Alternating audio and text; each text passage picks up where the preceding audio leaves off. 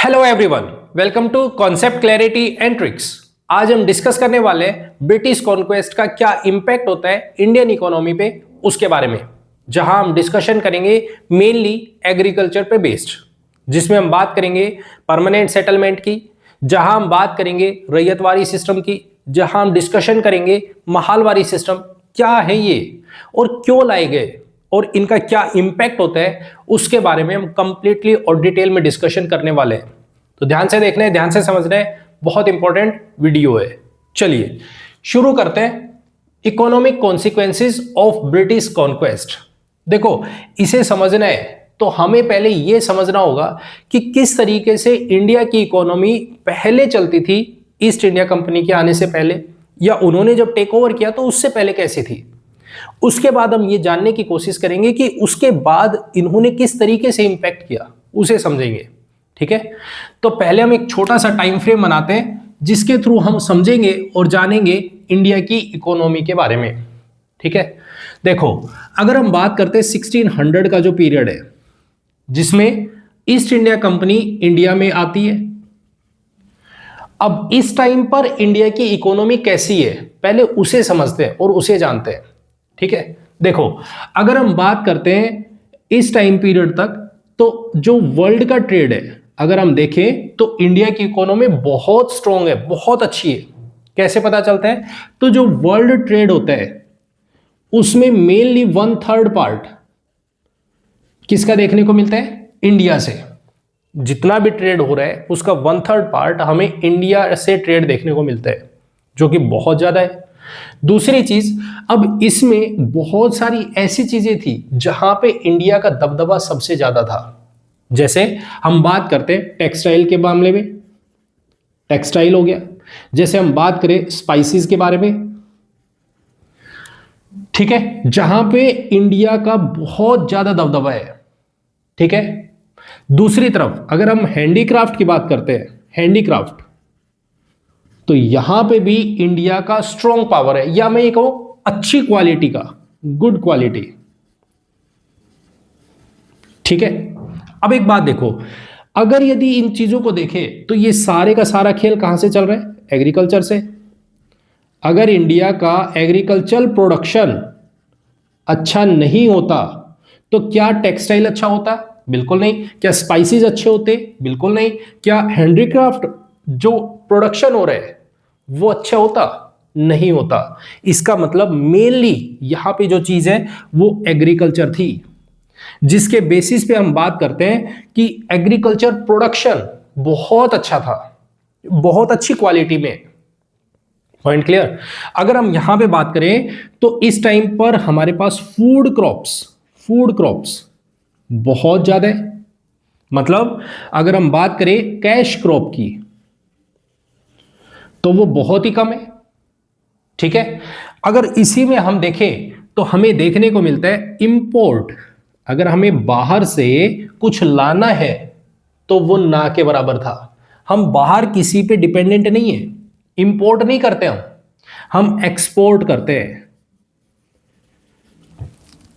Point clear? इसका मतलब India की जो इकोनॉमी है वो बहुत अच्छी है इस टाइम तक, बहुत अच्छी, बहुत स्ट्रांग है।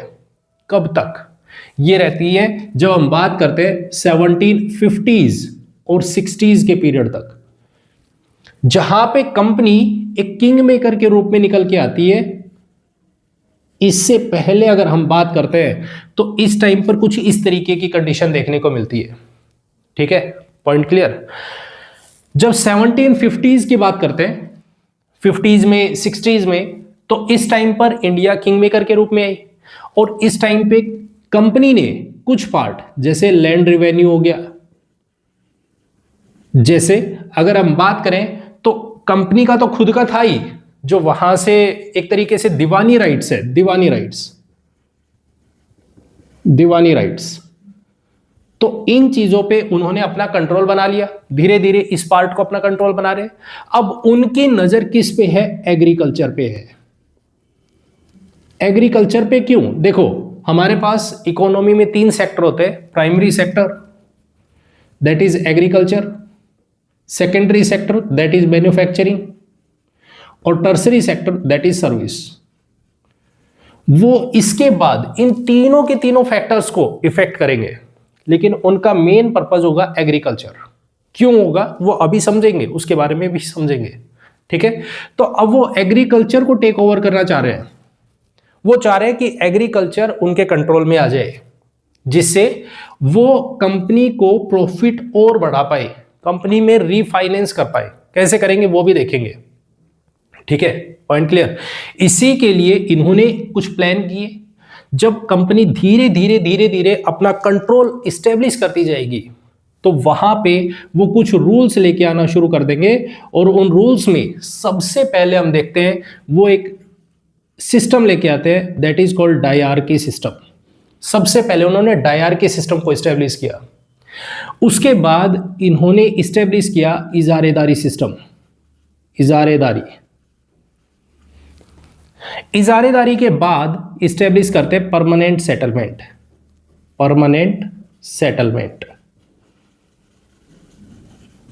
ठीक है, परमानेंट सेटलमेंट के बाद लेके आएंगे रैयतवारी सिस्टम, और इसके बाद लेके आते हैं महालवारी सिस्टम।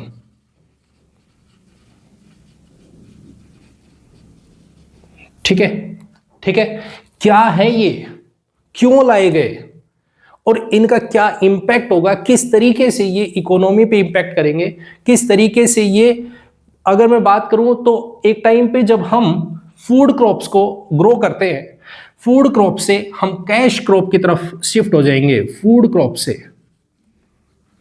कैश क्रॉप की तरफ क्यों शिफ्ट होंगे, क्या ऐसी मजबूरियां आ गई जिसकी वजह से हमें फूड क्रॉप्स को छोड़ना पड़ा और उसकी जगह पे हम कैश क्रॉप की तरफ चले गए। ऐसे क्या कंडीशन हो गए कि एक टाइम पर हमें बाहर से किसी भी चीज पर, किसी भी तरीके से दूसरी कंट्री पे डिपेंड नहीं रहना पड़ता था। और जब हम 1960s की बात करते हैं, तो इस टाइम पे हमें एक ऐसी कंडीशन देखने को मिलती है जहां पे सबसे गंदे तरीके की, जो हम ये कहते हैं ना, सबसे गंदे अनाज, फूड ग्रेन्स खाने को मिलता है। पीटी जो भी हमने यूज किया 480, वो कैसे किया वो ठीक है। तो क्यों ऐसी कंडीशन बनी, तो उसके पीछे सारी चीजें रिस्पॉन्सिबल है कौन, ईस्ट इंडिया कंपनी, जिसको हम बोलते हैं ब्रिटिशर्स का कॉन्क्वेस्ट। Point clear. कैसे इंपैक्ट हुआ, हम एक एक चीज को स्टेप टू स्टेप और डिटेल में समझने की कोशिश करेंगे और जानने की कोशिश करेंगे। ठीक है, पॉइंट क्लियर है। पहले एक छोटा सा ये माइंड मैप आपके दिमाग में होना चाहिए कि किस तरीके से क्या चीज हुई है। ठीक है, उसके बाद आप इसको डिटेल में समझ सकते हो। तो देखो, अब इसको एक एक करके समझने की कोशिश करते हैं और जानने की कोशिश करते हैं। देखो, सबसे पहले हम बात करते हैं एग्रीकल्चर पे क्या इंपैक्ट होता है और कैसे होता है। Agricultural impact, agriculture. ठीक है, क्लियर। देखो, सबसे पहले हम बात करते हैं ईस्ट इंडिया कंपनी के बारे में। ईस्ट इंडिया कंपनी ये क्या है, ईस्ट इंडिया कंपनी को समझते हैं, ब्रिटिशर्स क्या चाहते हैं। ठीक है, देखो, ईस्ट इंडिया कंपनी एक कंपनी है, मर्केंटलिस्ट कंपनी। क्या है ये इसका मतलब होता है कि एक ऐसी कंपनी जो एक्चुअल में दिखने में प्राइवेट है, प्राइवेट कंपनी है। ठीक है, लेकिन इसको बैकिंग, या मैं ये कहूं कि गवर्नमेंट इसको कंट्रोल कर रही है। कंपनी प्राइवेट है लेकिन इसको गवर्नमेंट कंट्रोल कर रही है। गवर्नमेंट कह रही है कि आपको क्या करना चाहिए, कैसे करना चाहिए, वो हम बताएंगे। आप बस वहां पे ऐसे दिखाना है आपको कि आप प्राइवेट लोग हो, आप प्राइवेट कंपनी के लोग हो। ठीक है, इसको बोलते हैं मर्केंटलिस्ट या मर्केंटलिज्म। ठीक है, अब एक बात सोचो, ये प्राइवेट कंपनी है जो इंडिया में काम करने आ रही है, क्या ये कभी भी ये चाहेगी कि इंडिया को प्रॉफिट हो? तो बिल्कुल नहीं। जितनी बुरी तरीके से ये इंडिया को निचोड़ सकते हैं, ये कोशिश करेंगे कि इंडिया से पूरी तरीके से प्रॉफिट लिया जाए। क्योंकि प्राइवेट गवर्नमेंट को क्या चाहिए, शेयर चाहिए, डिविडेंड कि भाई आप कुछ भी करो, कैसे भी करो, जो कमाना है वो कमाइए, हमें कोई लेना देना नहीं है। हमारा मेन टारगेट क्या है? डिविडेंड, हमारे पास आना चाहिए डिविडेंड। ठीक है, पॉइंट क्लियर। तो यहां से हमें देखने को मिलता है इस तरीके से ईस्ट इंडिया कंपनी का क्या सिस्टम है। ये किसी भी तरीके से इंडिया को ये नहीं चाहेगा कि इसको प्रॉफिट हो या इस तरीके से कोई भी बेनिफिट हो। ठीक है, तो यहां पे इनकी नजर पड़ती है किसके ऊपर? एग्रीकल्चर वाले पार्ट पे। क्यों पड़ी? क्यों? आखिर ऐसी क्या मजबूरी आई या क्या चीजें दिखी जिसकी वजह से इनको एग्रीकल्चर देखना पड़ा? उसके पीछे रीजन ये है क्योंकि ईस्ट इंडिया कंपनी जो कि 1750s और 60s के पीरियड में हम देखते हैं, जहां किंग मेकर बन के आए, इस टाइम तक यहां इनके पास लैंड रेवेन्यू आ रहे हैं, इनके पास दीवानी राइट्स हैं, दीवानी राइट्स। ठीक है, ये तो है ही। कंपनी अपनी तरफ से जो कमाने लग रही है, कंपनी के पास में ट्रेड एंड कॉमर्स चल रहे, वो तो चल ही रहे, वो तो पहले भी था, वो अब भी है, अब भी कर रहे हैं। ये सारी चीजें हो रही है, उसके बावजूद भी इनको या कंपनी को बाहर से, इंग्लैंड से पैसा मांगने की नौबत आ रही है कि हमें लोन दे दो। पैसा मांग रहे हैं कंपनी होके, जो प्रॉफिट कर रही है, जो पैसे कमा रही है, उसके बावजूद भी ऐसा हाल है कि ये इंग्लैंड से पैसा मांग रहे हैं कि हमें पैसा चाहिए। ठीक है, क्यों? आखिर किस बात के लिए? क्योंकि यहां पे एक तो करप्शन चल रहा है, वो तो है ही, ऊपर से ये दो चीजें और दिखा रहे हैं जो इंडिया के लोगों के अंदर से दिखा रहे हैं। इन्होंने कहा कि यहां पे कुछ इंडियन मैन्युफैक्चरर्स हैं, कुछ कह लो, या फिर हम बात करते हैं इंडियन मैन्युफैक्चरर्स की। इंडियन मैन्युफैक्चरर्स क्या कर रहे हैं कि आपको अगर कोई सामान खरीदना है तो देखो, पहले हमें पैसा दो, ठीक है, एडवांस में पैसा दीजिए।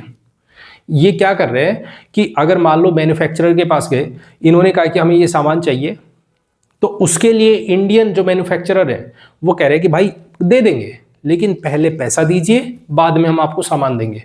तो वो एडवांस में पैसा ले रहे हैं। जैसे आप ऑनलाइन में कोई भी शॉपिंग कर रहे हो तो आपने एडवांस में उनको पैसा दे दिया, उसके बाद आपको सामान मिलेगा। ठीक है, इसी तरीके से कंपनी, क्योंकि मैन्युफैक्चरर्स ने कहा कि हमें पहले पैसा चाहिए, उसके बाद आपको सामान देंगे, अब उसके लिए ये पैसा मांग रहे हैं ब्रिटेन से। इसकी वजह से इनका जो बैलेंस ऑफ ट्रेड है वो डिस्टर्ब हो रहा है, वो नेगेटिव में जा रहा है। ठीक है, पॉइंट क्लियर। पहला पॉइंट तो ये है। दूसरा है इंडियन ट्रेडर्स। अब ये भी वही सेम चीज कर रहे हैं, आपको ट्रेड करना है, आपको कोई सामान लेना है, तो उसके लिए पहले हमें पैसा दीजिए, पैसा दोगे फिर हम आपको सामान देंगे। ठीक है, पॉइंट क्लियर। इसी चीज के लिए ये सारी की सारी चीजें किस पे डिपेंड है? एग्रीकल्चर पे। सारे का सारा खेल किस पे? एग्रीकल्चर पे। तो इनका टारगेट है, इसको फोकस करो, अब एग्रीकल्चर को पकड़ो अब, क्योंकि एग्रीकल्चर से जब रिवेन्यू आएगा तो वो रिवेन्यू हम रीफाइनेंस करेंगे। रीफाइनेंस कहां पे? जो भी ये पैसा मांग रहे हैं, जो भी ये पैसा यहां पे लग रहा है, उसी पैसे को हम, जो एग्रीकल्चर से आएगा वही पैसा हम यहां पे यूज कर देंगे। हमें बाहर से पैसा लेने की जरूरत नहीं पड़ेगी। हमारे पास में लैंड रिवेन्यू है, दीवानी राइट्स है, वो तो रहेगा ही, लेकिन यहां से जो पैसा आएगा, एग्रीकल्चर से जितना भी पैसा आएगा, वो सारे का सारा पैसा हम रीफाइनेंस करेंगे, दोबारा से लगा देंगे जो भी ये लोग मांग रहे हैं। तो इसके बदले हमें अब जो बाहर से पैसा मांगने हैं उसकी नौबत नहीं आएगी। ठीक है, पॉइंट क्लियर। इसीलिए इन्होंने फोकस करना शुरू किया एग्रीकल्चर पे, कि एग्रीकल्चर को पकड़ो और इसको खत्म कीजिए पूरी तरीके से और अपने कंट्रोल में लेके आओ। अब बोलेगे भाई कैसे करेंगे ये सब, किस तरह से करें? ठीक है, तो इसके लिए यहाँ पे डिस्कशन होगा। तो यहाँ सबसे पहले भेजा गया रॉबर्ट क्लाइव को। देखो, रॉबर्ट क्लाइव जिसने फाउंडेशन रखी, एक तरीके से हम ये कहते हैं ईस्ट इंडिया कंपनी की।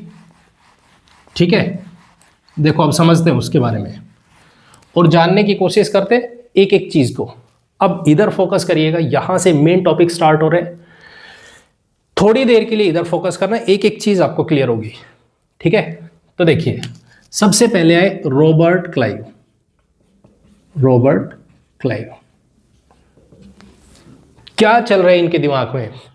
इनके दिमाग में चल रहा है कि हमें कंट्रोल लेना है पूरी तरीके से, ठीक है। अब एक बात सोचो, मान लो सपोज करो मैं आपसे ये कह दूं, आपको कोई भी एक काम दे दिया जाए कि भाई आपको ये काम करना है, ठीक है।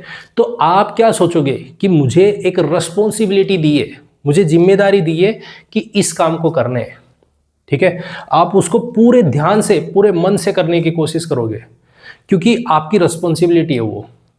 इसी तरीके से कंपनी क्या सोच रही है? कंपनी सोच रही है कि एग्रीकल्चर पे तो हमारा कंट्रोल हो, लेकिन ध्यान से देखना, रिवेन्यू भर भर के आए हमारे पास जितना ज्यादा हो सके, लेकिन रिस्पॉन्सिबिलिटी जीरो हो। रिस्पॉन्सिबिलिटी जीरो मतलब कोई ये कह दे कि साहब इन्वेस्ट कर दो ना, भाई ये बस का नहीं है, ये नहीं करेंगे, इन्वेस्टमेंट नहीं करेंगे, रिस्पॉन्सिबिलिटी नहीं ले रहे हम कुछ भी, पैसा दे दो। आपसे कोई कह दे जी बैठे बैठे आपको कोई कह दे पैसा कमा लो आपको हम पैसे दे रहे, आप खुशी से लोगे, लेकिन आपको कह दिए इसके बदले काम करो ना, जी काम नहीं होगा मेरे से। ईस्ट इंडिया कंपनी के साथ वैसा ही हो रहा है। कंपनी को ने बोला कि भाई हमें रिस्पॉन्सिबिलिटी नहीं चाहिए, सिर्फ चाहिए पैसा, ये लेके आओ बस। अब क्योंकि बंगाल, बिहार, उड़ीसा ये वाला पूरा कंट्रोल है इनका, तो इन्होंने यहां से करना शुरू किया अपॉइंटमेंट। इन्होंने यहां पे 2 लोगों को अपॉइंट किया। इन्होंने कहा कि ऐसे बंदों को पकड़ो जो लोकल हों। देखो अब ध्यान से समझना, कहानी क्या है। कहानी ये चल रही है कि ईस्ट इंडिया कंपनी सोच रही है कि कोई भी जो बुरा बनेगा वो इंडियन बनना चाहिए। तो इन्होंने कहा कि 2 ऐसे लोगों को पकड़ो जो लोकल हो, जिनकी मार्केट में डिमांड हो, मार्केट में नाम हो जिसका, उनको पकड़ो। तो इन्होंने 2 लोगों को पकड़ा, दैट इज एक जिसका नाम है राजा सिताब्रोय, राजा सिताब्रोय, और दूसरे जिनका नाम है मोहम्मद रजा खान। इनको पकड़ा, इनको बोला गया कि भाई एक काम करो, आप मेरे अंडर काम करोगे। रॉबर्ट क्लाइव ऊपर बैठा हुआ है, इसने कहा कि आप मेरे अंडर 2 लोग हो, दोनों को मैं काम सौंप रहा हूं, और वो ये है आपका काम है इंडियन से जो भी आपके, जो हमारे यहाँ पे है, जो मोहम्मद रजा खान है, इनको बंगाल में अपॉइंट किया और इनको बिहार में अपॉइंट कर दिया। और इनको बोला गया कि आपका काम है रिवेन्यू कलेक्शन करना, रिवेन्यू कलेक्शन। बोला अच्छा ये किस चीज का होगा? तो ये होगा एग्रीकल्चर वाले पार्ट से, वहां से लैंड से आप रिवेन्यू लेके आओ, लोगों से जनरेट करवाओ, उनसे जो भी पैसा कलेक्ट हो रहा है वो पैसा लेके आइए। बोला ठीक है हम कर देंगे। इनको बोला गया कि अगर आप पैसा लेके आओगे तो बहुत अच्छी बात है, नहीं लाओगे तो आप लोगों की सर्विस होगी। अब इनको जब इतना बड़ा चैलेंज दे दिया तो यहां से, क्योंकि इनके ऊपर प्रेशर किसका है? इसका है। ये फ्री बैठे हैं, इन्हें कोई मतलब नहीं है। इन्होंने इतना प्रेशर बना दिया कि जो भी पैसा लेके आओगे वो हमारे पास शाम तक आ जाना चाहिए, आपको कलेक्शन करना है, हमें सबमिट करवाओ। क्योंकि जवाबदेही किसकी है? इनकी। कोई प्रॉब्लम होगी तो इनकी है, ठीक है। इसी को बोला गया डायरकी सिस्टम, डायरकी सिस्टम। मतलब ऊपर बैठे हैं, इनकी कोई रिस्पॉन्सिबिलिटी नहीं है, इनकी है। लोग आके कुछ भी पूछेंगे, क्योंकि पैसे का कलेक्शन कौन कर रहा है? ये कर रहे हैं। मार्केट में हफ्ता वसूली कौन कर रहे हैं? ये कर रहे हैं। कल को कोई प्रॉब्लम आएगी तो इनके पास जाना पड़ेगा। ये कहेंगे हमें कुछ लेना देना ही नहीं है, क्योंकि हमारे पास तो पैसा ही नहीं है। पैसा किसके पास है? ईस्टर्न इंडिया कंपनी के पास। उनको कोई जानता ही नहीं है। रिस्पॉन्सिबिलिटी जीरो, पैसा भर भर के, ठीक है। Point clear? तो यहां पे कुछ इस तरीके की कंडीशन हुई। तो फिर इन्होंने क्या किया? पैसे तो लोगों से लूटते रहे, कोई पैसे नहीं दे रहे तो उनकी सर्विस करना शुरू कर दिया। करो भाई इनकी सर्विस, पिटाई करो इनकी, क्यों पैसे क्यों नहीं दे रहे हो? तो दो पैसे। तो इस तरीके की सिचुएशन चलती रही। इन्वेस्टमेंट के नाम पे इन्वेस्टमेंट वो जीरो। इन्वेस्टमेंट नहीं हो रहा, सिर्फ पैसे का कलेक्शन हो रहा है, आने दो, रिवेन्यू आने दीजिए बस। यहां से इन्वेस्टमेंट जीरो हुआ, और जैसे इन्वेस्टमेंट जीरो हुआ तो हमें देखने को मिलता है फेमाइन।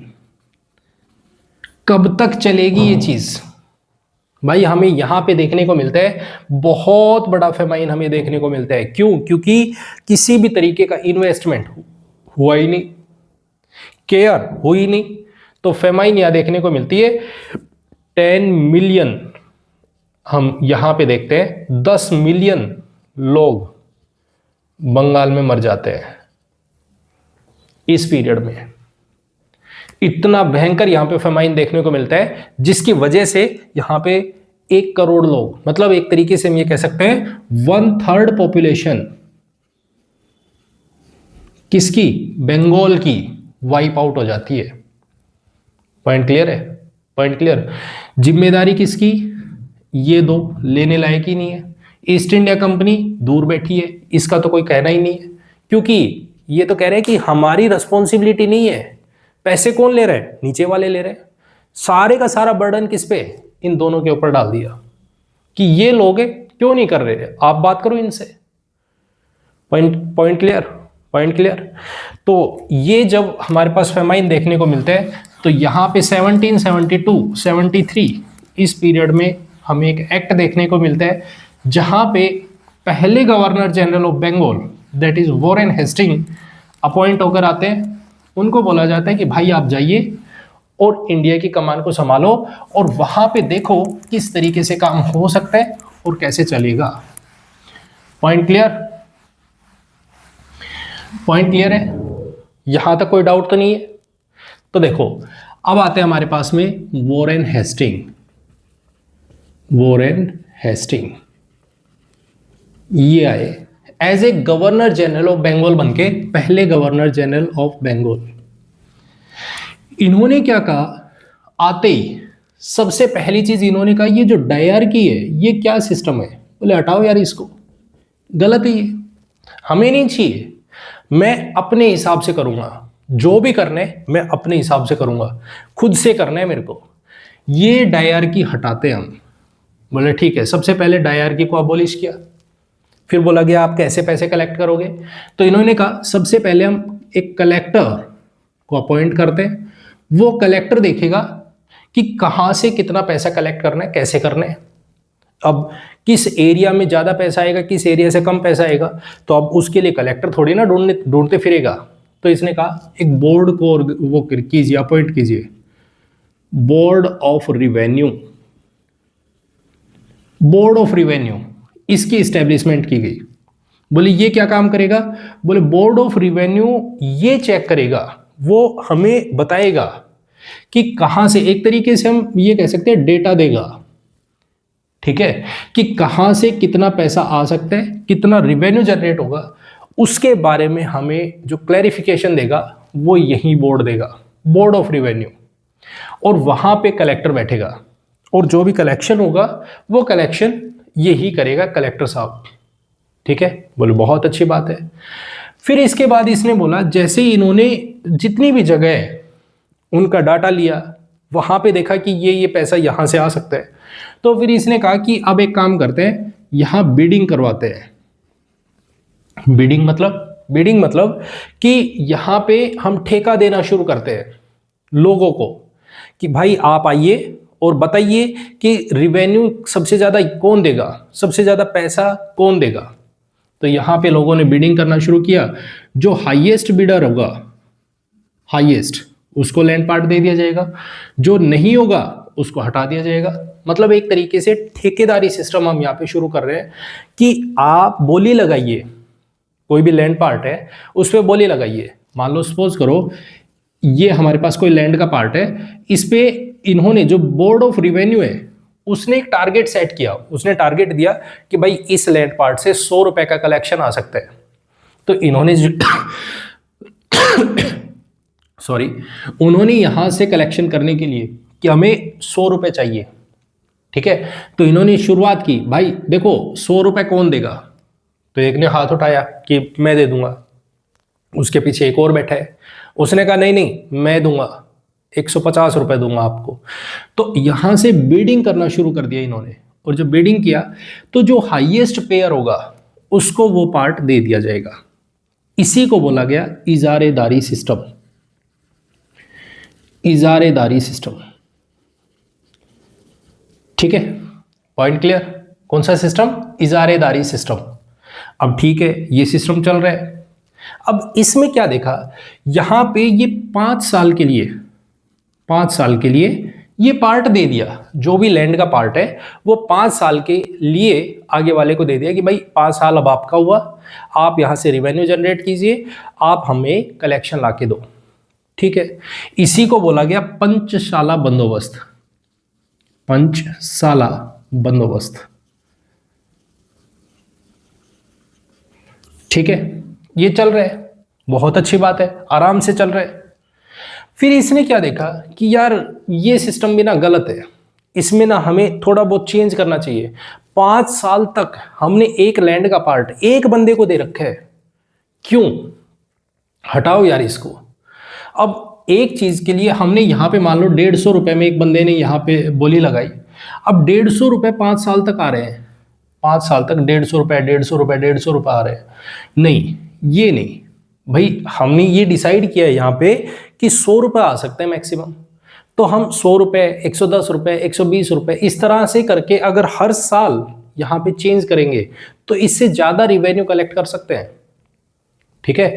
तो हम इस 5 साल के प्रोसेस को चेंज करते हैं और कहते हैं ईयरली लेके आओ, कि भाई अब से कोई भी जो ठेका होगा वो 5 साल के लिए नहीं, अब से वो ठेका हर साल रिन्यू करवाना पड़ेगा आपको, हर साल रिन्यू, और रेट बढ़ के ही आएगा, ऑब्वियस है। तो यहां से बोला गया सालाना बंदोबस्त। सालाना बंदोबस्त क्या है ये? ईयरली आपको रिन्यू करवाना पड़ेगा, ईयरली रिन्यू करवाना पड़ेगा। हर साल आपको अगर जमीन का पार्ट चाहिए, लैंड पार्ट चाहिए, तो आपको रिन्यू करवाना पड़ेगा हर साल, ऑब्वियस है, पैसा बढ़ के मिलेगा।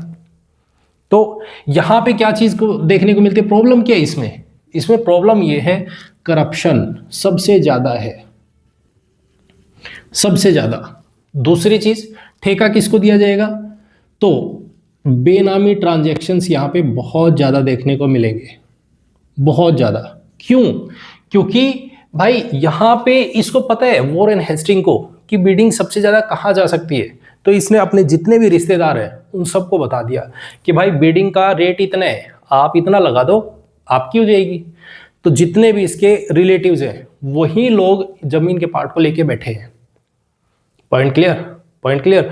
तो इस तरीके का हमें यहाँ पे करप्शन और ये सारी चीजें देखने को मिलती है, जिसको देख के वॉरेन हेस्टिंग को वापस बुलाया गया कि भाई आप भर भर के करप्शन कर रहे हो, थोड़ा सा रहम कीजिए, थोड़ा सा कम खाइए, ठीक है।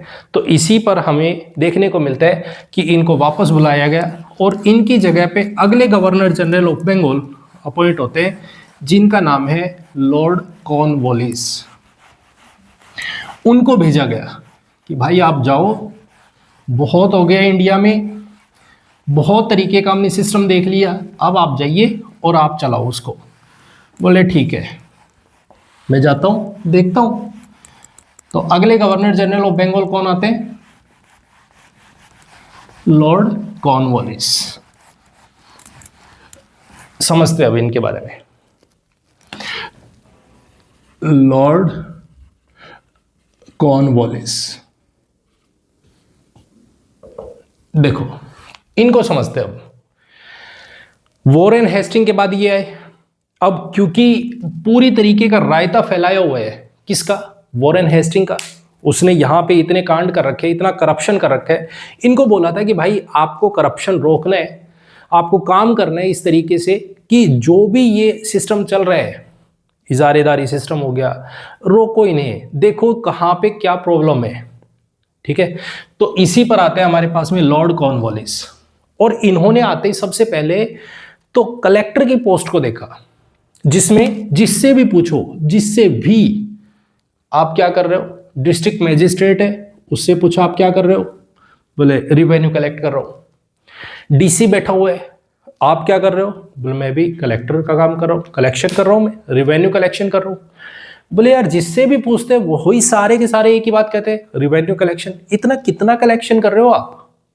ठीक है, तो यहां पे हमें देखने को मिलता है, इसने कहा कि डिस्ट्रिक्ट कलेक्टर जो डीसी होगा, केवल यही बंदा होगा जो कलेक्शन करेगा, बस। इसके अलावा ना तो डीएम करेगा ना कोई और बंदा करेगा। डीसी को रखते हैं, केवल वही कलेक्शन करेगा, उसका कोई और काम नहीं है, उसका काम सिर्फ और सिर्फ कलेक्शन करने है। जो भी पॉलिटिकल काम करने हैं, जो भी दूसरे काम करने हैं, वो सब हम करेंगे, हम देखेंगे। आपका काम सिर्फ कलेक्शन करना है तो बस आप कलेक्शन करोगे। बोले ठीक है, पहली चीज तो ये। सेकंड थिंग, इसने क्या कहा, अब इसके दिमाग में ना 2-3 क्वेश्चंस चल रहे हैं, और वो क्वेश्चन क्या है उनको देखते हैं। 3 तरीके से ये सोच रहा है, 3 क्वेश्चन से दिमाग में लेके चल रहे हैं कि भाई देखो, सबसे पहली चीज तो ये कि जो भी हम लैंड रेवेन्यू ले रहे हैं, इजारेदारी सिस्टम करने की कोशिश कर रहे हैं, ठीक है, क्या हमें ऐसा नहीं करना चाहिए कि हम इनको परमानेंट बना दे? कुछ ऐसा परमानेंट कर देते हैं कि जो भी लैंडलॉर्ड है या जो भी फार्मर है या कोई और बंदा है, क्योंकि हमें यहां से एक पर्टिकुलर अमाउंट ऑफ पैसा मिलता रहे।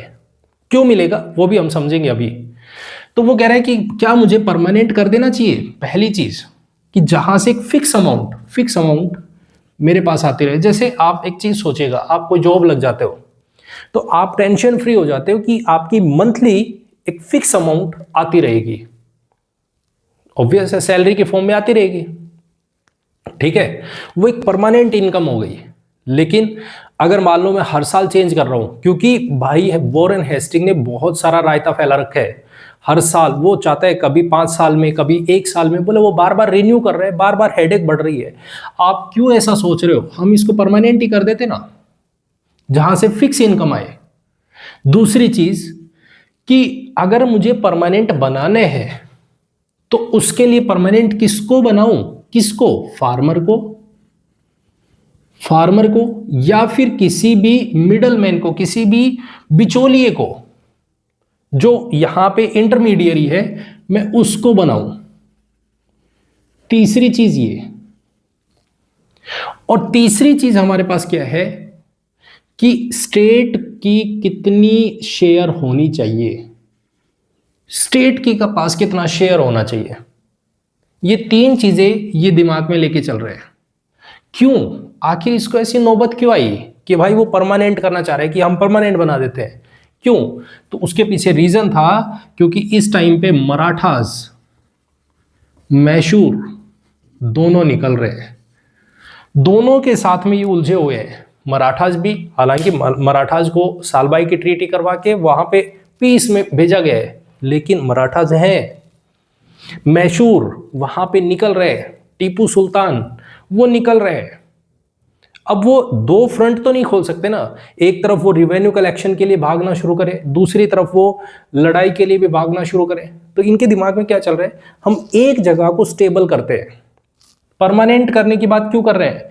क्योंकि ये परमानेंट कर देंगे तो यहां से एक फिक्स अमाउंट आती रहेगी, जितनी आ रही वो आती रहेगी, हेडेक खत्म हो जाएगी। रोज रोज कलेक्शन के लिए रिन्यू करो, कुछ नहीं चलेगा ऐसा। पॉइंट क्लियर है? तो ये सारे क्वेश्चंस लेके वो बैठे, यहां से इसने बुलाया किसको? 2 लोगों को, एक जिसका नाम है जॉन सॉर, एक जॉन सॉर, ठीक है। मेनली तो यही है, जॉन सॉर ही है जिनसे पूछा गया कि भाई बताओ क्या करना चाहिए। तो जॉन सॉर ने इसके बारे में बोला कि भाई मैं आपकी बात से सहमत हूं, आप जो कहना चाहते हो वो बिल्कुल सही है। आप कहना चाहते हो कि हमें परमानेंट बना देना चाहिए। अब बोले परमानेंट किसको बनाए? तो बोले परमानेंट बना देते हैं किसको? हम बनाते हैं जमींदार को, एक और बंदा लेके आते हैं, जमींदार, ये पैसा कलेक्ट करके देगा हमें, ठीक है। वहीं इसके अपोजिशन में एक और बंदा है जिसका नाम है जेम्स ग्रांट। जेम्स ग्रांट अगर हम बात करें तो जेम्स ग्रांट ये बंदा है जो जमींदारी के अगेंस्ट में है वो कह रहा है कि जमींदार जो इंटरमीडिएरी है उसको परमानेंट मत करो, वो एक इंटरमीडिएरी की ही फॉर्म में काम करे, कलेक्शन करवाना करवा लो, परमानेंट मत करो इसको। ये इस बात को फॉलो नहीं करता, ये कह रहे हैं नहीं नहीं, हमें जमींदार को परमानेंट कर देना चाहिए, हमें उसको परमानेंट करके वही कलेक्शन करेगा, इसको हेरिडेटरी बना देते हैं। और इसको एक बात पहले से बोल देते हैं कि भाई पैसे कलेक्शन आप करके लाओगे, हमें कलेक्शन दोगे, हमें कोई लेना देना नहीं है आप क्या कर रहे हो कैसे कर रहे हो। दोनों के थॉट्स इस बात पे मिलते हैं, किस किस के, लॉर्ड कॉर्नवालिस के और जॉन सॉर के। दोनों इस बात पे एग्री होते हैं कि हम जमींदारी सिस्टम को, तो यहां से देखने को मिलता है हमें जमींदारी सिस्टम जिसको परमानेंट बनाया गया, इसको बोला गया, जमींदारों को अपॉइंट किया गया, कुछ जमींदार थे उनको अपॉइंट किया गया कि भाई आज से आप जमींदार हुए, ठीक है। तो अब देखो सिस्टम क्या चला, सिस्टम चला यहां से ईस्ट इंडिया कंपनी जो ऊपर बैठी हुई है, इनके नीचे बैठे हैं जमींदार, जमींदार, और इनके नीचे बैठे हैं कौन, पीजेंट्स, पीजेंट्स, पीजेंट्स या फार्मर्स कुछ भी कह दो, ठीक है। अब क्या सिस्टम चलेगा, ईस्ट इंडिया कंपनी कह रही है हमें रिवेन्यू लाके देना है, बस कलेक्शन, मेन चीज क्या है, कलेक्शन, मेन चीज क्या है, कलेक्शन, ठीक है। ये आना चाहिए बस हमारे पास। कौन करके देगा, जमींदार। अब जमींदार को क्या बोला, जमींदार को बोला कि आप हो परमानेंट,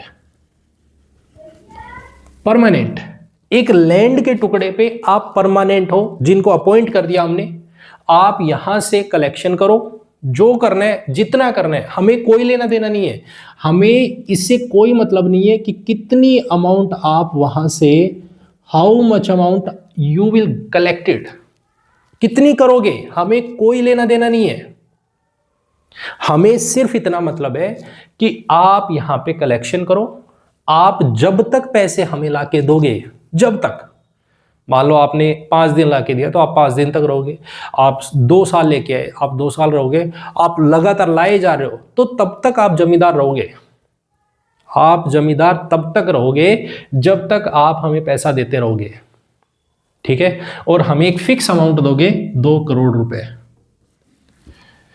2 करोड़ रुपए फिक्स अमाउंट हमारी होगी, उसके अलावा भले ही कितना कमा लो, कितना भी, और वो सारा बर्डन किस पे डालेंगे, पीजेंट्स पे, क्योंकि जमींदार चाहेगा कि 10 रुपए अगर नीचे फार्मर से लेना है, मान लो 2 रुपए ऊपर देने, तो वो पीजेंट से 10 रुपए कलेक्शन कर रहे हैं, 10 रुपए, 10 रुपए यहां से लेगा, 8 रुपए खुद रखेगा, इनको ये देगा, पॉइंट क्लियर। तो सारे का सारा प्रेशर किस पे आ गया, फार्मर पे, पीजेंट्स पे, क्लियर, पॉइंट क्लियर, ये पॉइंट समझ आया। अब पीजेंट्स कौन है, पीजेंट्स हैं एक तरीके से खेती बाड़ी करने वाले, फार्मर्स, किसकी जमीन पे, जमींदारों के यहां पे, ये एक तरीके से लैंडलेस लेबर बन गए, लैंडलेस लेबर, एक्सप्लॉयटेशन इन्हीं का हो रहा है, एक्सप्लॉयटेशन किनका हो रहा है, पीजेंट्स का, फार्मर्स का।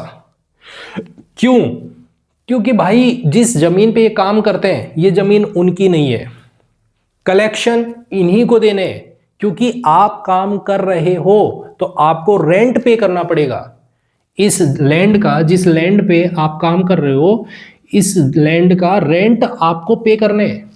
किसको पे करने हैं, जमींदार को।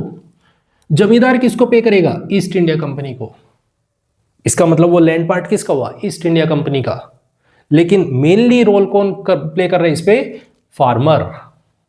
मतलब अब देखना ध्यान से समझो, अगर पीजेंट, मान लो हो सकता है ऐसा कि फार्मर रेंट पे नहीं कर पाया, फार्मर ने डिफॉल्ट किया, फार्मर चाह रहा है कि यार आज मेरे पास पैसे नहीं है तो मैं पैसे कहां से दूं, तो जैसे ही इसने डिफॉल्ट किया तो जमींदार पीजेंट को हटा देगा, जमींदार फार्मर को हटा देगा, निकल भाई पैसे क्यों नहीं दे रहे, निकल यहां से। अब जैसे जमींदार ने पीजेंट को निकाला तो जमींदार को पैसे कहां देने, ऊपर देने। अगर मान लो जमींदार के पास पैसे नहीं आए तो ईस्ट इंडिया कंपनी क्या कहेगी, हट, तेरा भी रास्ता हट, साइड हो जाओ, अब तेरे को भी कोई दिक्कत नहीं है, पैसे ला, नहीं है चल निकल, आगे वाले को बनाते हो। ईस्ट इंडिया कंपनी, इसको कौन हटाने वाला, कोई नहीं, कोई भी नहीं।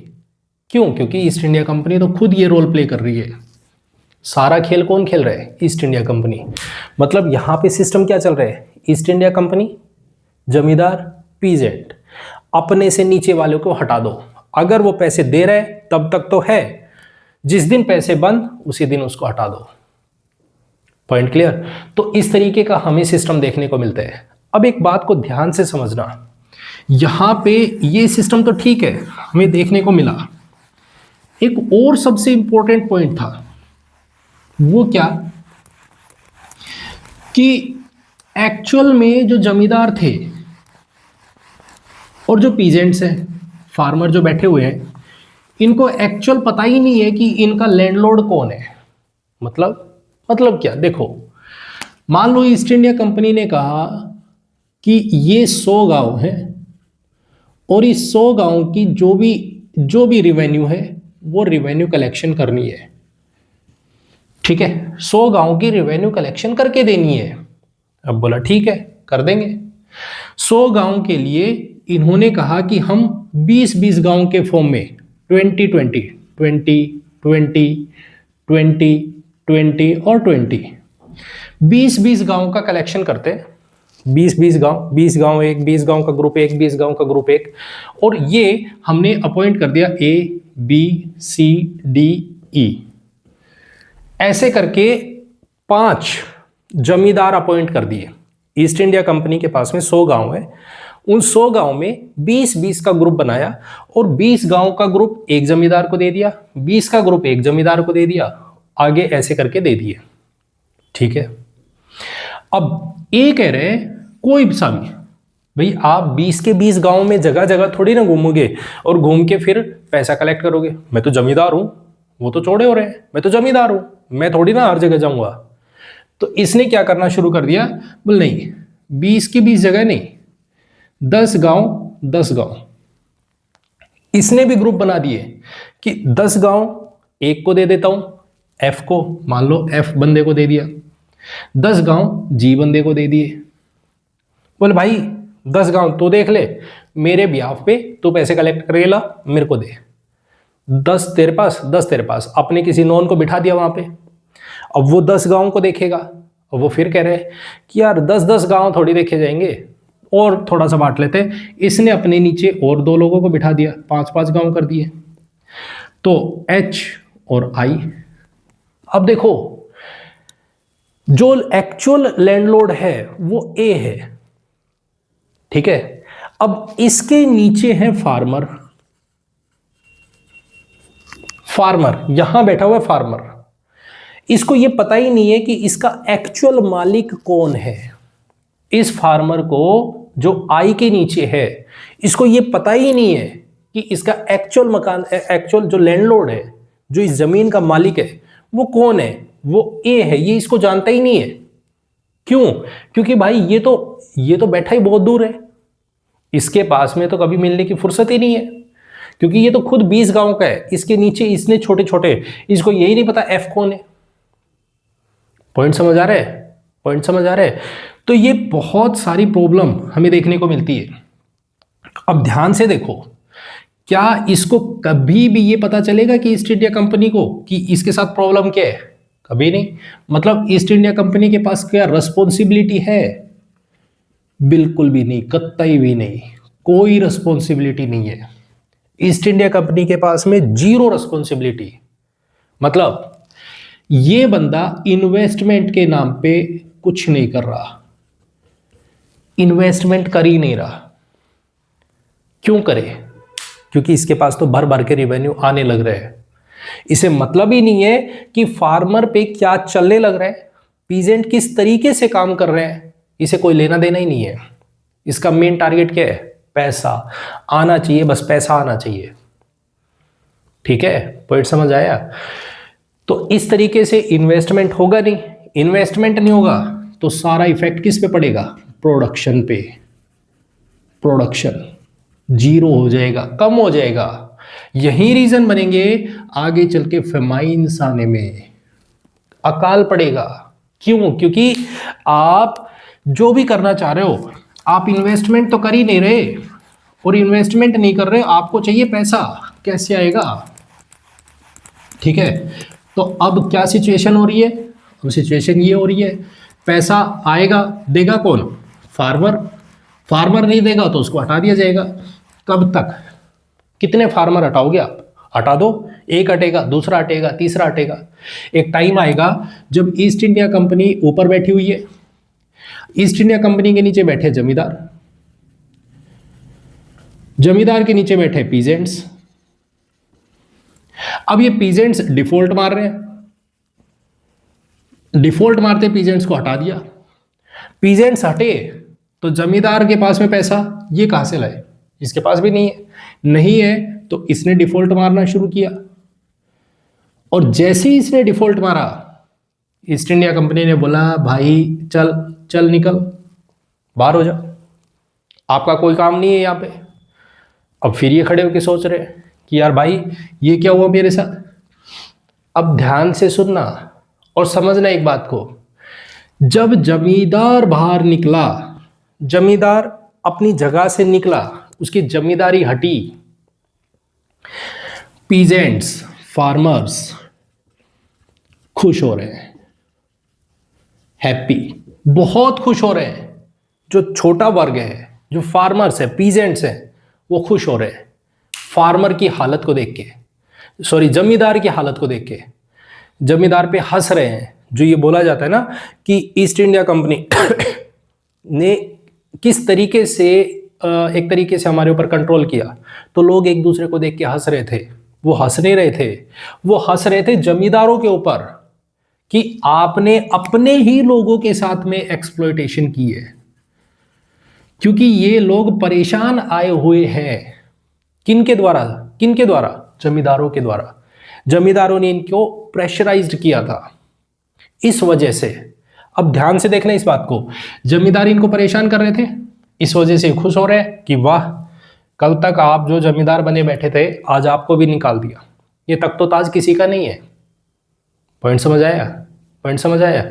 तो यहां पे हमें रिवोल्ट्स देखने को मिलेंगे। रिवोल्ट्स क्यों? क्योंकि ये जो एक्सप्लॉयटेशन हो रहा है, इस एक्सप्लॉयटेशन की वजह से कभी हमें देखने को मिलेगा जमींदार के अगेंस्ट, जमींदारों के अगेंस्ट हमें रिवोल्ट देखने को मिलेगा, ईस्ट इंडिया कंपनी के अगेंस्ट रिवोल्ट देखने को मिलेगा, बहुत देखने को मिलते हैं ऐसे। अब हंसने वाले कौन है?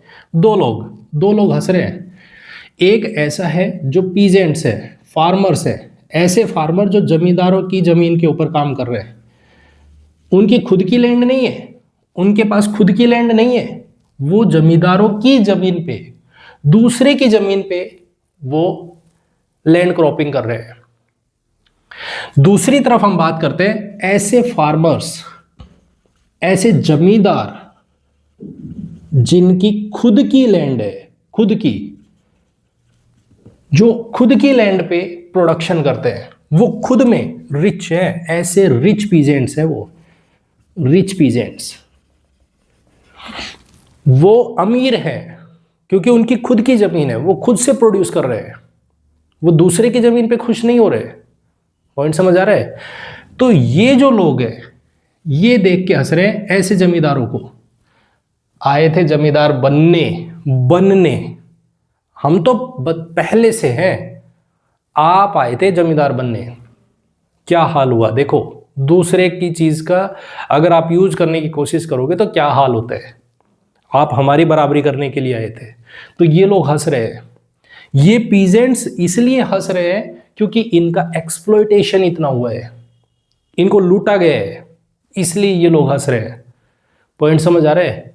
तो ये हमारे पास में जो सिस्टम इसने चलाया, परमानेंट सेटलमेंट, अब इसमें इस तरीके की प्रॉब्लम्स बहुत सारी देखने को मिलती है कि एक बंदे को पावर दे दी, जमींदार बनाया, फिर इसको हटाने की नौबत आ रही है।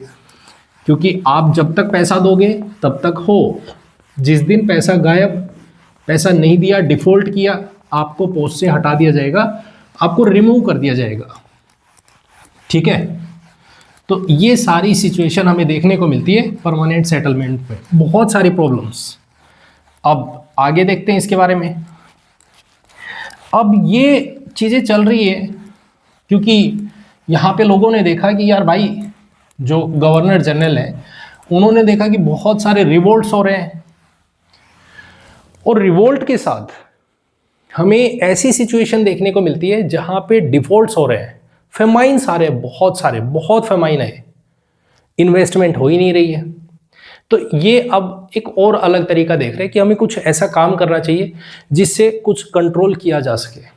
ठीक है, तो हमें साउथ वाले पार्ट में 1799, जब हम साउथ में बात करते हैं मद्रास वाले रीजन में, तो जब यहाँ पे टीपू सुल्तान हुआ करता था, टीपू सुल्तान की विकेट गिर गई, टीपू सुल्तान को हटा दिया। अब जैसे टीपू सुल्तान खत्म हुए तो यहाँ पे एक बंदे को अपॉइंट किया गया था, ऑफिशियल के रूप में वो यहाँ पे आए थे, जिनका नाम है अलेक्जेंडर रीड।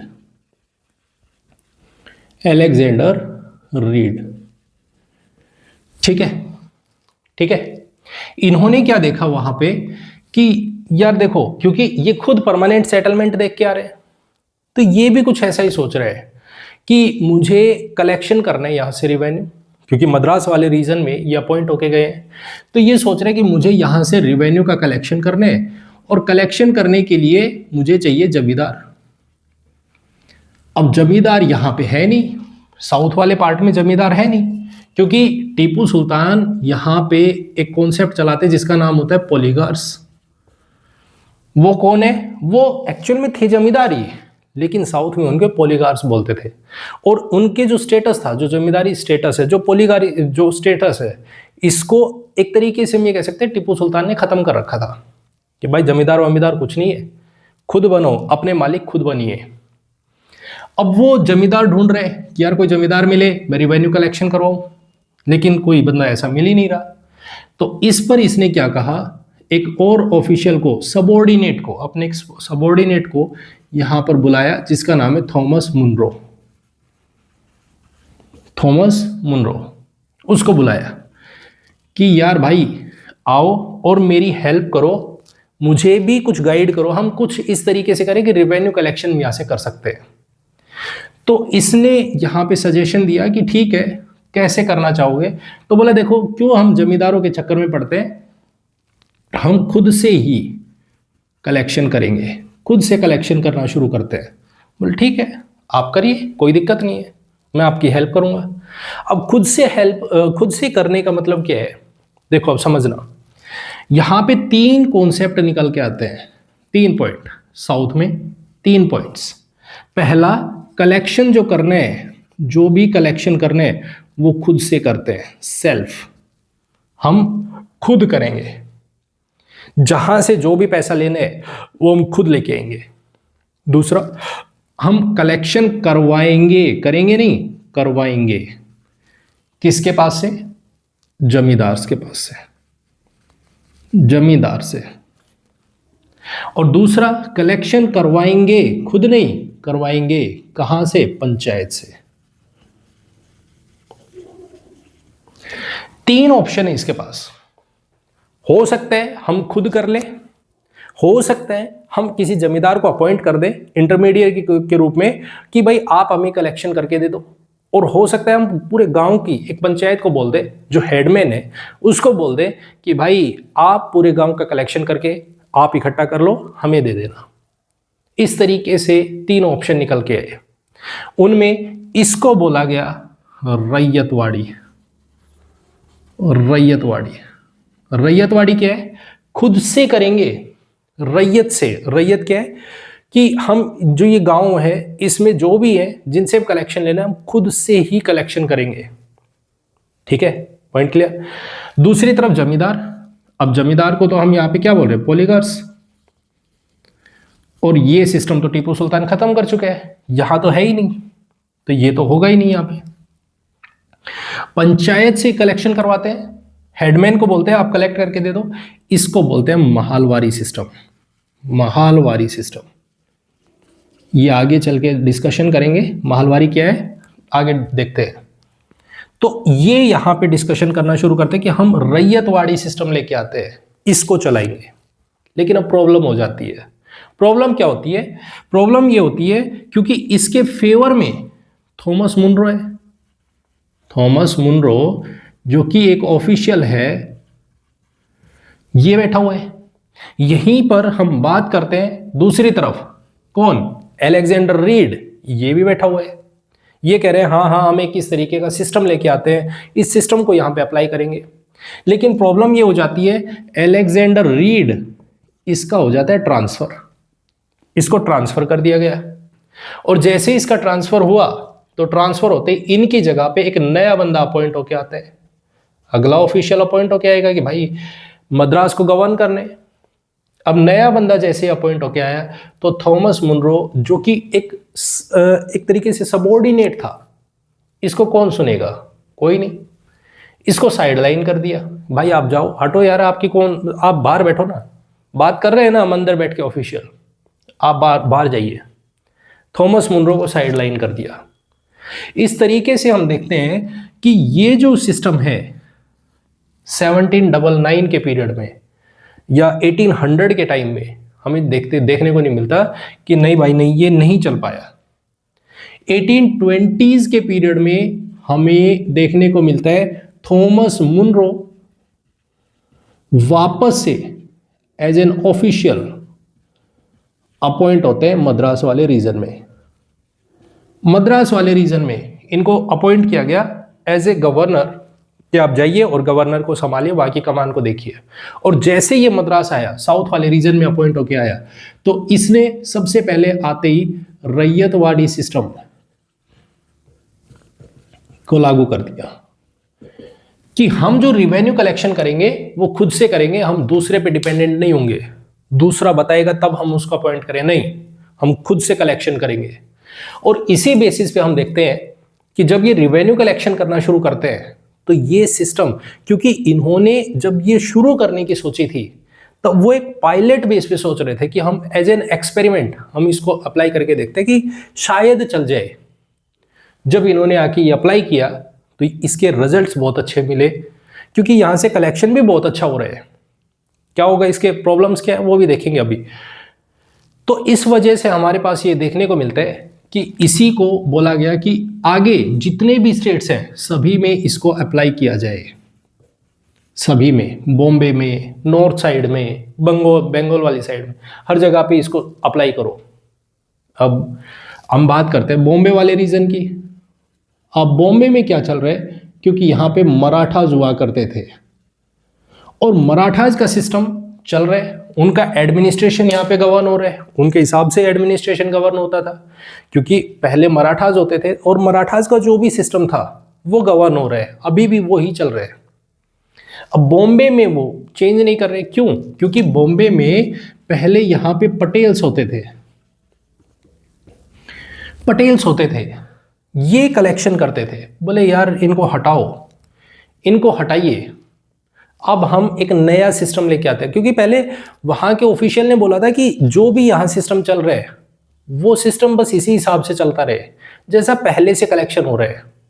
अब बोले कि नहीं यार, क्यों बिठा रखे ये बिचौलिए, हम इनको हटाते हैं, इनको हटाओ, साइड करो, इनकी जगह पे अब से हम यहाँ पे अपना सिस्टम लेके आएंगे जिसको हम बोलते हैं रैयतवाड़ी सिस्टम, जहां पे हमें देखने को मिलते हैं एल्फिंस्टन। ये बॉम्बे में इस सिस्टम को लेके आते हैं, रैयतवाड़ी सिस्टम को, और यहाँ पे अप्लाई करते हैं कि आज से इस सिस्टम को हम यहाँ पे भी चलाते हैं और इसको परमानेंट करते हैं। ठीक है, पॉइंट क्लियर। अब इसमें कुछ ना कुछ तो प्रॉब्लम होगी। नॉर्थ साइड में पटवारीज हैं जो जिनको हम तलतीज बोलते हैं, तलतीज, ठीक है, वो यहाँ से कलेक्शन कर रहे हैं और कलेक्शन करके पैसे दे रहे हैं। अब एक बात को समझना, कुछ ना कुछ तो प्रॉब्लम होगी ना इस सिस्टम में, क्या होगी वो समझो, आप ध्यान से समझना अब इस चीज को। यहां प्रॉब्लम ये है क्योंकि ये बोल रहे हैं कि हम खुद से कलेक्शन करेंगे।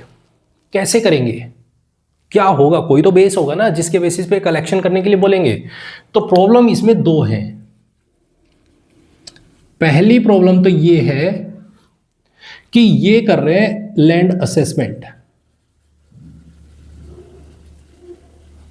लैंड असेसमेंट कर रहे हैं, ये एस्टिमेट लगा रहे हैं कि इस लैंड से इतना पार्ट आना चाहिए, इतना पैसा आना चाहिए, ठीक है। ये एक एस्टिमेट कैलकुलेट कर रहे हैं कि ये जो भी पैसा आएगा वो इस पार्ट से इतना आएगा, सर्वे कर रहे हैं और उस सर्वे के बेस पे बोल रहे हैं कि यहां से इतना कलेक्शन आना चाहिए। और ये क्या बोल रहे हैं, जिसको लैंड रेंट पे, लैंड रेंट। अब इसकी वैल्यू कितनी होगी, तो वैल्यू है वो बहुत आई है, क्योंकि ये कह रहे हैं कि देखो भाई नहीं ये जमीन तो बहुत ज्यादा फर्टाइल है, यहां से तो इतना कलेक्शन आना चाहिए। भर भर के इन्होंने कलेक्शन करने के लिए डिमांड रखना शुरू कर दिया, क्योंकि आप सर्वे कर रहे हो, आप डेटा तैयार कर रहे हो, बस ये नहीं पता यहां कितना होता है, आप बस असेसमेंट करो, बस देखो यहां कितना हो सकता है। तो इन्होंने इस तरीके से लूट खसोट यहाँ पे करना शुरू कर दिया, ठीक है, पहली चीज। अब ये कलेक्शन हमें बहुत ज्यादा देखने को मिलता है, 50% तक चला जाता है, 50% का प्रोडक्शन हो रहा है, उसमें 50% इनको ईस्ट इंडिया कंपनी को दे रहे हैं, फार्मर्स बेचारे गरीब रहते चले गए, वो बर्बाद होते चले गए। दूसरी तरफ हम देखते हैं तो यहां पे जो लैंड का पार्ट है, ठीक है, किसको कितना देना है, ठीक है, कि शेयरिंग कितनी करनी है, या हम ये बोले कि जो भी लैंड है वो किसको दे, किस फार्मर को दे। सबसे बड़ी प्रॉब्लम तो यही है। आप ऐसा थोड़ी है कि मन में आए, हो सकता है कोई बड़ा जमींदार हो वो लेके चला जाए, हो सकता है वहां पे कोई छोटा फार्मर हो वो ले ले, किसको दे। प्रोवाइड करवाने के लिए आप जिससे कलेक्शन करोगे तो वो सामने तो बैठा होगा ना, कौन होगा। अब ये दूसरा क्वेश्चन है। अब यही सेम प्रॉब्लम आना शुरू होती है इस सिस्टम में कि जो रेंट का जो चार्ज है वो बहुत ज्यादा है। यहां पे फार्मर मरने की नौबत में आ गए, डेट ट्रैप में फंसना शुरू हो गए। मतलब क्योंकि उसके पीछे रीजन ये है, अभी फिलहाल के लिए इन्होंने बोला कि भाई अब से आप यहां पे लैंड का रेंट दोगे, बोले ठीक है लैंड रेंट दे देंगे, लेकिन मान लो सपोज करो 100 रुपए लैंड का रेंट है, इन्वेस्टमेंट ये अभी फिलहाल के लिए 100 रुपए का लैंड रेंट है। अब इन्वेस्टमेंट ये कर नहीं रहे, अब फार्मर क्या कह रहे हैं कि 100 रुपए का लैंड रेंट है मैं दे दूंगा। इसने यहां पे जाके, क्योंकि फार्मर के पास तो बेचारे के पास पैसे नहीं है, क्योंकि ये तो डायरेक्ट कलेक्शन करने के लिए आ गए, भाई इस लैंड का इतना पार्ट है, इसका इतना खर्चा होगा, मान लो 100 रुपए का खर्चा है।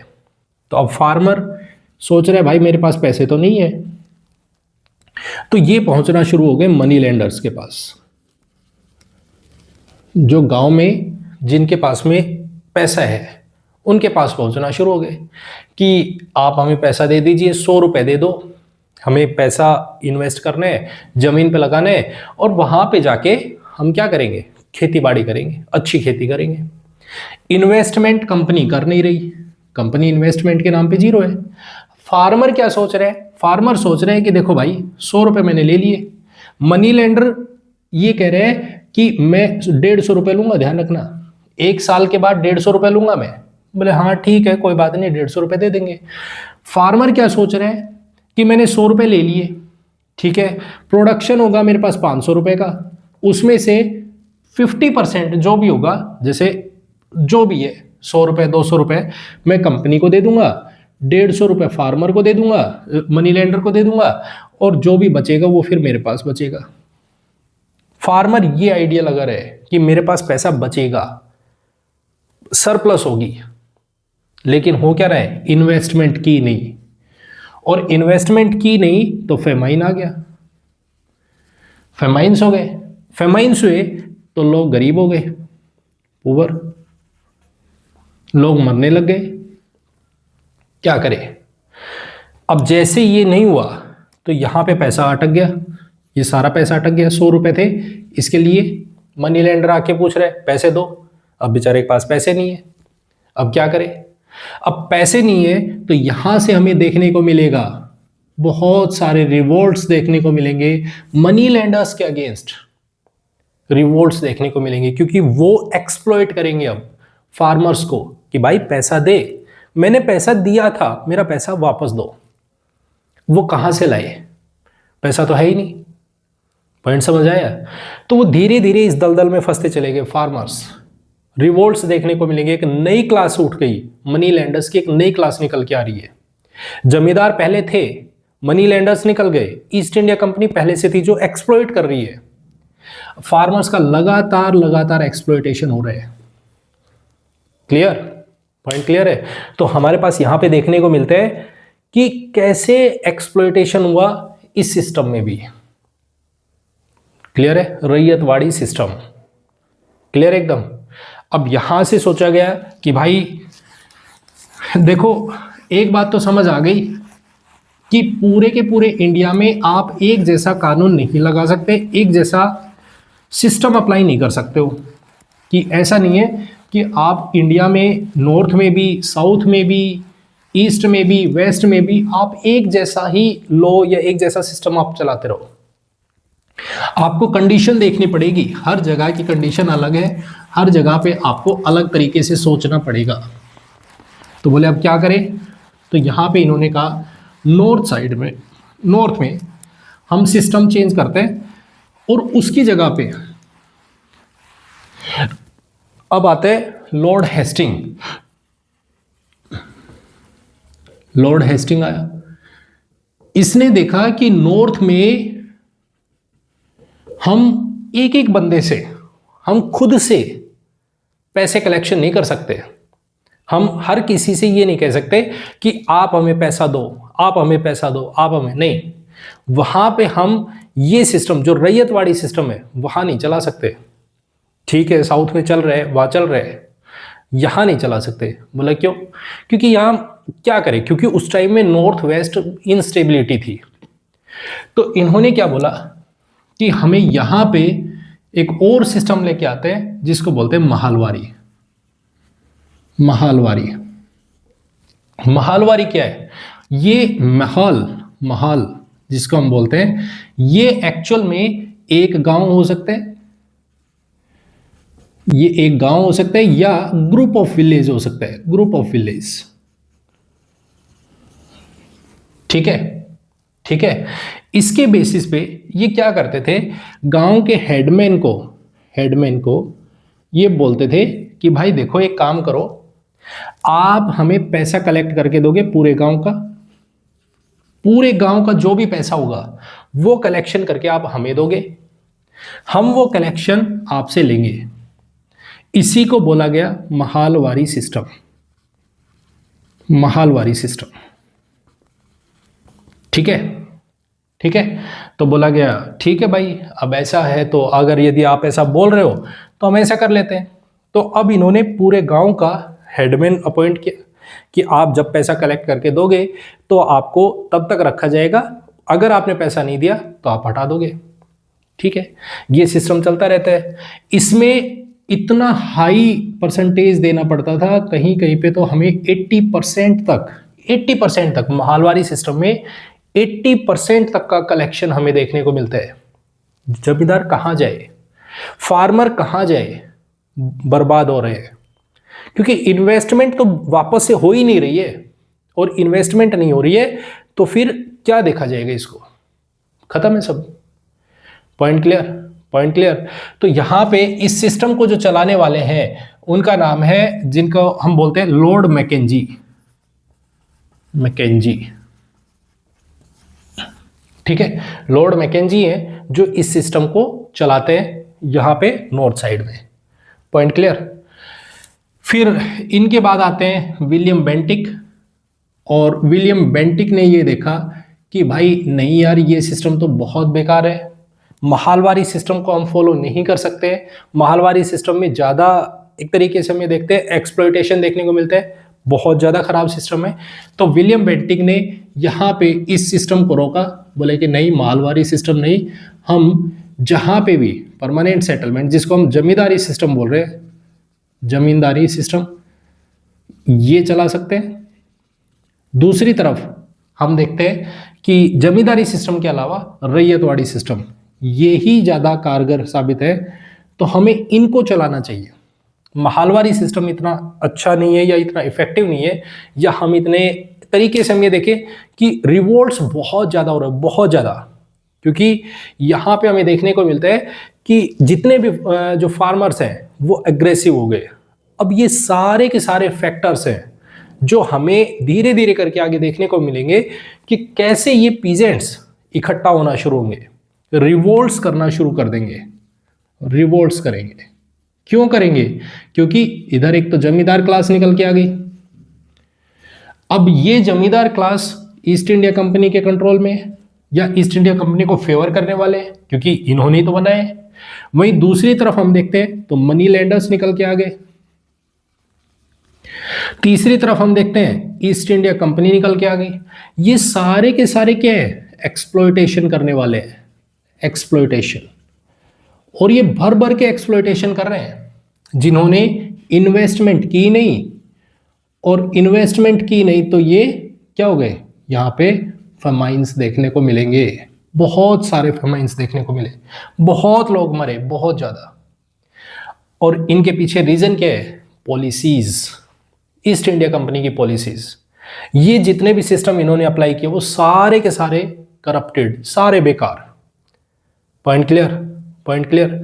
इसी के बेसिस पे हम देखते हैं कि ये सारे लोग इकट्ठे होंगे और 1857 के जो रिवोल्ट होगा उसमें सब इकट्ठे होके आएंगे। वहाँ पे क्लास बनेगी फार्मर्स की, वो इकट्ठी होगी कि हमें ये रिवोल्ट करने हैं, ठीक है, अपने आप को निकालने हैं। तो ये हमें देखने को मिलता है कि किस तरीके से इकोनॉमी को तोड़ा इन्होंने, एग्रीकल्चर को अपने कंट्रोल में लिया। ठीक है, यहाँ पे अगर मैं बात करूँ तो जैसे हमने यहाँ मनी लैंडर्स की क्लास के बारे में बात करना शुरू किया, तो मनी लैंडर्स जिन्होंने पैसे दिए, अब क्योंकि वो पैसे वापस दे नहीं पा रहे मनी लैंडर्स को, तो मनी लैंडर्स क्या करेंगे? भाई आप पैसा नहीं है तो चलो एक काम कर लो, ईस्ट इंडिया कंपनी अब खड़ी है इस चक्कर में। एक पॉइंट ये भी समझ लीजिएगा, बीच में वो मिस हो गया तो उसे देख लो। क्योंकि मनी लैंडर्स को पैसा नहीं दे पा रहे हैं, ठीक है, जो फार्मर्स हैं वो मनी लैंडर्स को पैसा नहीं दे पाए, तो यहां पे ब्रिटिशर्स क्या बोल रहे हैं? क्योंकि ईस्ट इंडिया कंपनी तो मौके की तलाश में बैठी है। उन्होंने क्या बोला कि भाई एक काम करो, आपको पैसा चाहिए ना? बोले हाँ। तो बोले आप फूड क्रॉप्स क्यों उगा रहे हो? उन्हें तो कोई खरीदने वाला ही नहीं है, आप क्यों उगा रहे हो उसे? तो बोले क्या करें? बोले करना क्या है, आप कैश क्रॉप लीजिए, कैश क्रॉप्स लीजिए, इनको उगाइए। जब आप इनको उगाओगे तो इनसे जो प्रोडक्शन होगा उस प्रोडक्शन को हम खरीदेंगे, हम आपको पैसे देंगे, हम आपको बाई हैंड पैसे देंगे, आप ये उगाइए। अब कैश क्रॉप्स उगाना शुरू हो गए। यहीं पे हम देखते हैं कि इन्वेस्टमेंट तो कर नहीं रहे लैंड पे या जमीन पे, तो किसी तरीके का इन्वेस्टमेंट नहीं कर रहे हैं, वो काम करने लग रहे हैं इन्वेस्टमेंट किस पे? इंफ्रास्ट्रक्चर पे, वो रेलवे पे, रेलवे ये निकल के आया। रेलवे ने इंडिया को इतना बर्बाद किया, इतना बर्बाद किया, उन्होंने रेलवे को अपने फायदे के लिए यूज किया। जहां पे जो भी फूड क्रॉप्स होती थी, इंडिया में तो लोग भूखे मर रहे हैं, इंडिया में लोगों के पास खाने को खाना नहीं है, लेकिन ये रेलवे का यूज कर रहे हैं जिससे वो फूड क्रॉप्स को उठा रहे हैं और बाहर ले जा रहे हैं, एक्सपोर्ट कर रहे हैं। क्यों? क्योंकि वर्ल्ड वॉर आएगा। वहां पे हमें देखने को मिलता है इन्होंने पहाड़ी एरियाज में रेलवे को चलाया, टॉय ट्रेन्स चलाई, ताकि फूड क्रॉप्स को यहां से वहां पे ट्रांसपोर्ट किया जा सके। इन्होंने इंफ्रास्ट्रक्चर इसका कॉमर्शियलाइजेशन करना शुरू किया।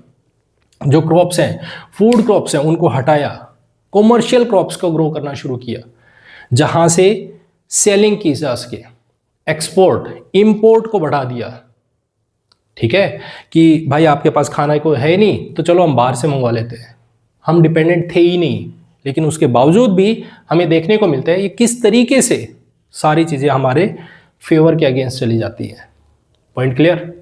पॉइंट क्लियर है?